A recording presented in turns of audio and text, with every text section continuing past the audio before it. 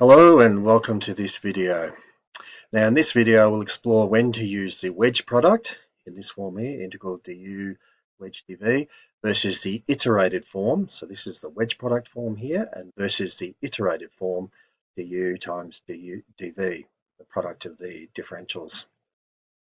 Now the wedge product reflects the intrinsic geometry of the manifold, essential for integrating differential forms on curved spaces. The iterated form, on the other hand, applies to Euclidean domains, translating forms into standard calculus for explicit computation. So understanding this distinction bridges geometric theory and practical evaluation. So this form here, integral over the manifold n of the wedge product du wedge dv, right, is when we're referring to integrals in general on manifolds, integrals of forms on manifolds. The iterated form is when we want to explicitly evaluate. Then we go from the wedge product to the product of the differentials. All right, so let's make a start then and hide that. All right, so when to use this and this. All right, so the wedge product form and the iterated form. So the choice between expressing the integral as a wedge product of basis 1 forms or using its iterated version depends on the context. So the wedge product form, that's this one, for example, this is used when emphasizing the geometric or topological nature of the integral, especially in the context of differential geometry. It's appropriate when n is a manifold, not necessarily a Euclidean domain. The integral involves differential forms, and the wedge product represents the orientation and structure, infinitesimal volume, anti-symmetry of the manifold.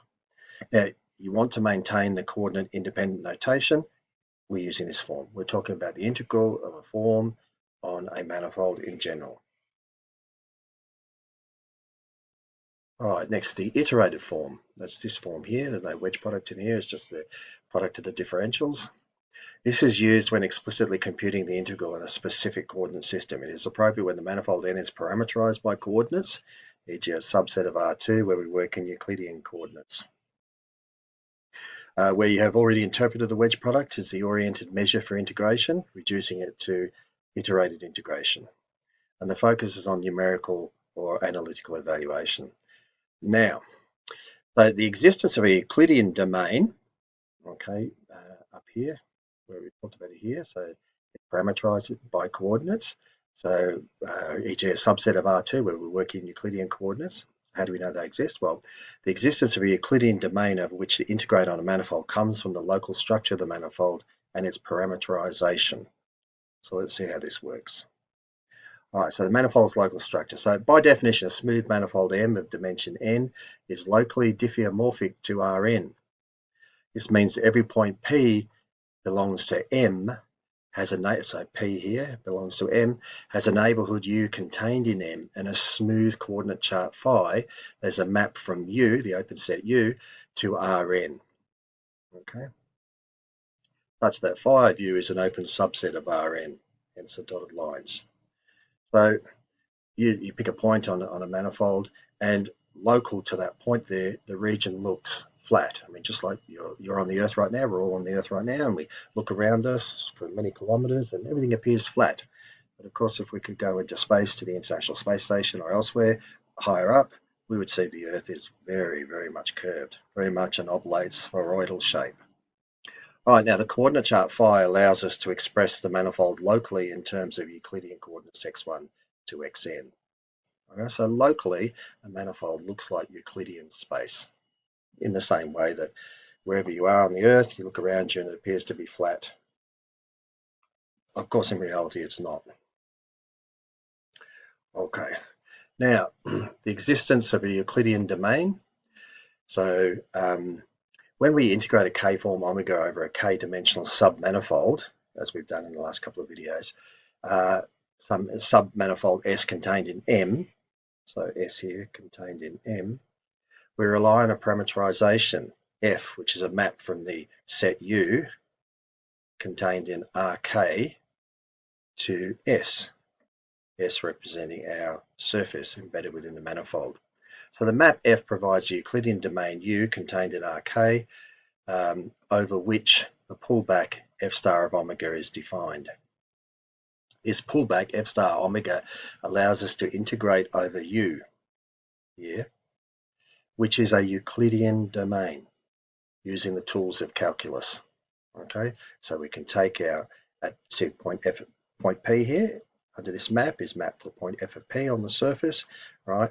And then the pullback can take us from our K form here from the F of P at the point F of P in the cotangent space here. That's what this is, cotangent space to S at the point F of P, hence the upper asterisk, and pull it back to the cotangent space here to cotangent space to U at the point P. Okay, and we can pull that back. So the integral of this over this is actually the same as the integral of this over this region. All right, that's what we're trying to do. All right, now the Euclidean domain U is a subset of Rk used in the parameterization of the submanifold S. It is used to cover S by the parameterization F. We've seen that in past videos where we've used U and V for a two-dimensional surface embedded in R3. So practical steps to use the Euclidean domain to integrate over a submanifold S contained in M and some surface on some manifold embedded in some manifold M. So we find a parameterization, a map F that maps set U to S, where U is contained in Rk, and that parameterizes a submanifold. Then pull back the form, so use the pullback F star of omega to define the integrand on U. Then we integrate over U, so we evaluate the integral of the pulled back form over the Euclidean domain U using the standard tools of multivariable calculus. So visually it looks like this. So let M be an n-dimensional smooth manifold, M in green here, all right, n-dimensional, all right. For simplicity, assume S is contained in M, so S is in M, it's a submanifold of M. Is a smooth-oriented k-dimensional submanifold. So for this example, we made a video of the following. That was a 2D surface embedded in R3, or it's some other higher dimensional surface in Rn. Okay, so we had this two-dimensional surface here in that video I was referring to, this example here. Two-dimensional surface embedded in R3. Our manifold M was R3, and we had a 2D surface here, and we integrated some forms over that. All right, so an example, let M equals R3 and S be a 2D surface in M, parameterized by F of UV is X of UV, Y of UV, Z of UV. You can see X, Y, Z, it's in 3 dimensions, all right? But we're a 2-dimensional surface in terms of U and V, all right, is mapped to R3. So we have our surface, a 2-dimensional surface embedded in R3. Here, U is contained in R2 as a Euclidean domain in the UV coordinates.